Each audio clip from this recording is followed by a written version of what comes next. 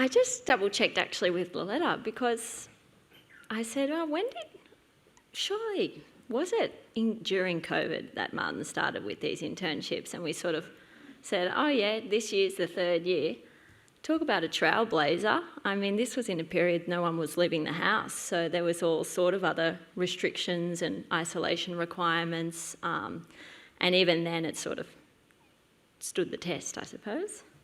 So that's wonderful. Now,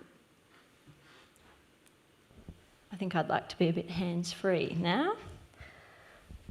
So basically I'm talking to you today. My name's Gabrielle Mullen.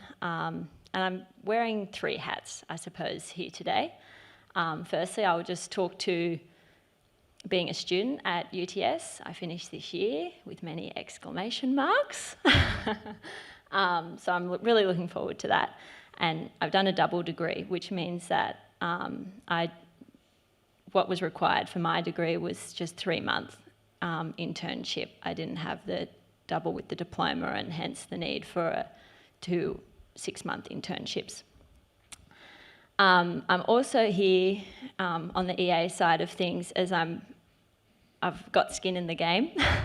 When we started to have these conversations and I was looking for jobs and internships and wasn't getting them, or it was much more arduous process than I expected. And then I would speak to some businesses who were hiring and they'd say, oh, really? Did you apply for us? Really? What's with that? So that's one aspect of it. And I suppose at uni they tell us all about, design thinking and yada yada, and understand the problem, understand the client, and what's their empathy map. And I sort of found myself in the middle of the empathy map because I thought, oh, hang on a minute, how do I feel? Like 3 years into my degree, this is a bit, am I sure? Do I even want to be doing engineering? 5 years degrees, like, I'm not singing songs about it to my parents at home. So, and then I suppose the third hat here is I am my manager, engineering manager, Ben Roxby, couldn't be here today. Something came up, and my manager at on site is at Darling Downs Power Station. So I'm here also as an Origin representative. So I've got a couple of notes from them to share with you. So just to talk you through the process. I started my degree in 2018, and in 2020, the jury was out. I found myself at an internship at an aluminium factory in Gosford, which was a really, really wonderful experience. So I worked there full-time for 3 months. And then I was lucky enough, they kept me on to work part-time to keep implementing. I started to oversee a replacement of the warehouse management system. So that was great. And at that point I thought, oh, hang on a minute, things just got interesting. I can see myself doing this. It's not that far out of my wheelhouse. So I thought I'd better get back to it and actually finish the degree, because I could be tempted here. I tried a business internship, and I think that's another key benefit of the whole internship process is you work out what you don't like as much as what you do like, and they're both of equal merit. So I didn't really like that. And funnily enough, when I was doing my first internship, I, as a side project, started looking into solar panels, and you can imagine a manufacturing plant is going to have a pretty high electricity bill. The wheels started turning, and I really narrowed down that the energy industry is something I'm really passionate about. So I applied, and by some miracle got the internship at Origin, had to knock on a few doors to get that, and I'm actually a Newcastle girl. So I went between Newcastle and Sydney because I'm studying here. So they've proved really flexible and kept me on part-time whilst I finished the rest of my degree, and actually have offered me a graduate job, which again shows that they are really flexible, because that will start when my degree finishes. No, not with everybody else, because that's something that we hear a lot on the intern side of things is, oh yeah, just put your expression of interest, something will come around next year, which I can appreciate the side to that as well. But that's a bit about the process as it's happened for me. And I think that the benefits of an internship have really been for me to try before I buy. You know, it's just as much do I like you as do you like me, though it's always good to have a job. And yeah, ruling out what I don't like, and also just like, hello, welcome to the real world sort of thing. It just keeps things a bit real, and the numbers start jumping off the page, at least for me and a lot of the people I've spoken to. So I see a lot of benefit in the internship program, and I was really fortunate. Like I keep coming back to this first internship I had because I was really lucky with the mentor I had there, and it really opened my eyes to, oh well, you know, a bit more. Okay, now what? Now what? Now what? And you know, by the end of the internship, I was.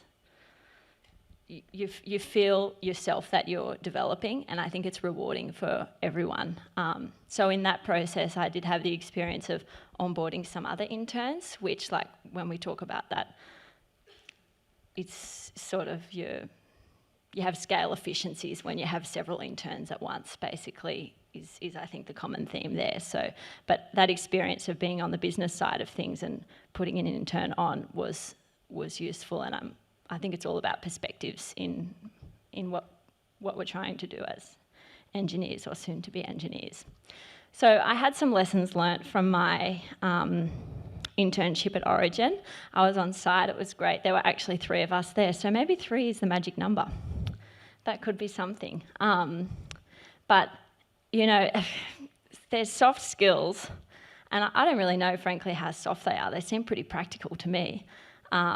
And when I was sort of mulling this over in the past few days, I thought, the thing is, it's like a good wood tradeswoman never blames her tools, but you can have the best tools, but if they're not sharp, like if your delivery, if your communication's not there, like you're very quickly discounted, you're very quickly, you know, it's too much or it's not enough. Someone's always got an opinion, something. So I just think it's absolutely imperative that those communication and real life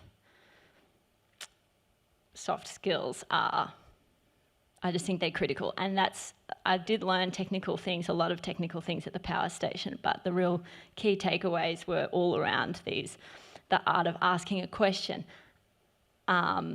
listening, and I think that the whole question thing is, again, something that Michael echoed in our intro. But it was a bit of a running joke because I thought, I was trying to do some investigating, sort of a personal project while I was there with all these people skilled in their relative industries, you know, turbines, solar, yada yada. So I was trying to do some fact finding, but I quickly realised it's absolutely a fool's errand to do fact finding with ask an engineer anything without a problem statement. Oh, who'd bother? It goes around and around. It's like, engineers are problem solvers. If you want, the lesson I learned is what you need to know how to ask the question just as much as who to ask, when to ask, and actually what you're going to say. It all fits together. So there was always this, okay, how, why, investigation, what happened, then what, go back to this one, go back to that one. And I all just think it's real life. It's just all fits together as a piece of a puzzle. So that was my experience. And then to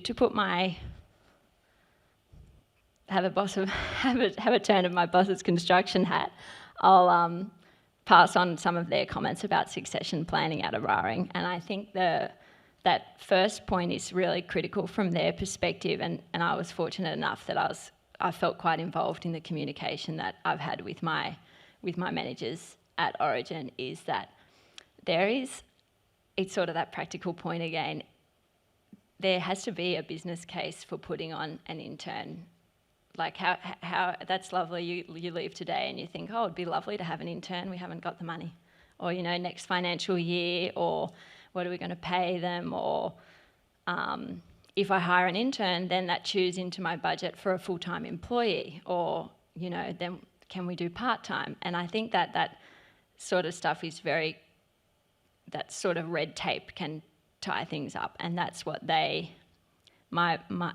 shared with me, that that was a task for him behind the scenes that really made everything happen. Without that, and him going to bat to say, oh, well, we do need another mechanical intern, a mechanical engineer, but actually Gabrielle finishes in 6 months. She's already been here for 6 months. She's a good fit culturally, so they say, and I really like it. You know, let's consider it. Let's take a different approach and develop our own people. So the other thing that's really important, and I've alluded to it before, is the flexibility. Like, it makes a lot of difference that you can. It wasn't a normal thing for Origin to keep an intern as an undergraduate, but it was pretty clever of them, because they've sort of, I haven't forgotten about them, they haven't forgotten about me, and it's pretty quick 6 months then until you're a graduate looking for a job. So I think sometimes, especially with the bigger companies, you know, it's sort of like, yeah, get in the line. And there's a lot of people looking for internships and jobs as engineers, and are picking lower hanging fruit. So I think working with them, working with when they're available, working with how many days they're available, is something that all sounds lovely, but it is really important all round. And a proactive approach, which I don't have to tell you much about today because you're all here putting the time in and really being involved in this conversation. Their identified roadblocks are being regional in Newcastle. So as I said, I'm a Newcastle girl. It was no problem to me, but it is a factor for some businesses, and I think Martin really set the tone with that, setting things up. So, I mean, where there's a will, there's a way, and I think Martin's a pretty great example of that. Attracting and retaining. Across the board, I asked my engineering manager and lead engineers, and they all said number one thing they look for is cultural fit. And they try to assess that in the interview process with the questions they ask based around values. But basically beyond academic performance and work experience, an attitude and a fit that you can get along, speak with the team, and be able to build that rapport is really important to them. And just that point again about hiring for the future versus the balance sheet is where they start to think about their succession planning. The benefits of hiring interns, I got a couple of quotes off them about. I think it's like you could look at it as sort of a tailor-made staff member. You've got someone coming through, learning things for the first time, how you want them to be done. There's development there, but I think they've had a really positive experience about it. And I think, again, the proof is in the pudding. Like, people who have interns and continue having interns, like, just ask them. It's all going to be more or less the same. What we look for, again, was all around that cultural fit, attitude. Yeah, I think they were really the main ones. And the path from student professional, I think that also comes through with having a group of interns at a time is a great way to sort of, they can learn from each other, then maybe you have one stay on, and then that intern from last year who's now part-time or an undergrad is now filling in some of those early holes in terms of knowledge and giving a site tour that's just to their level. You know, I actually think it's self-propagating, if that makes sense.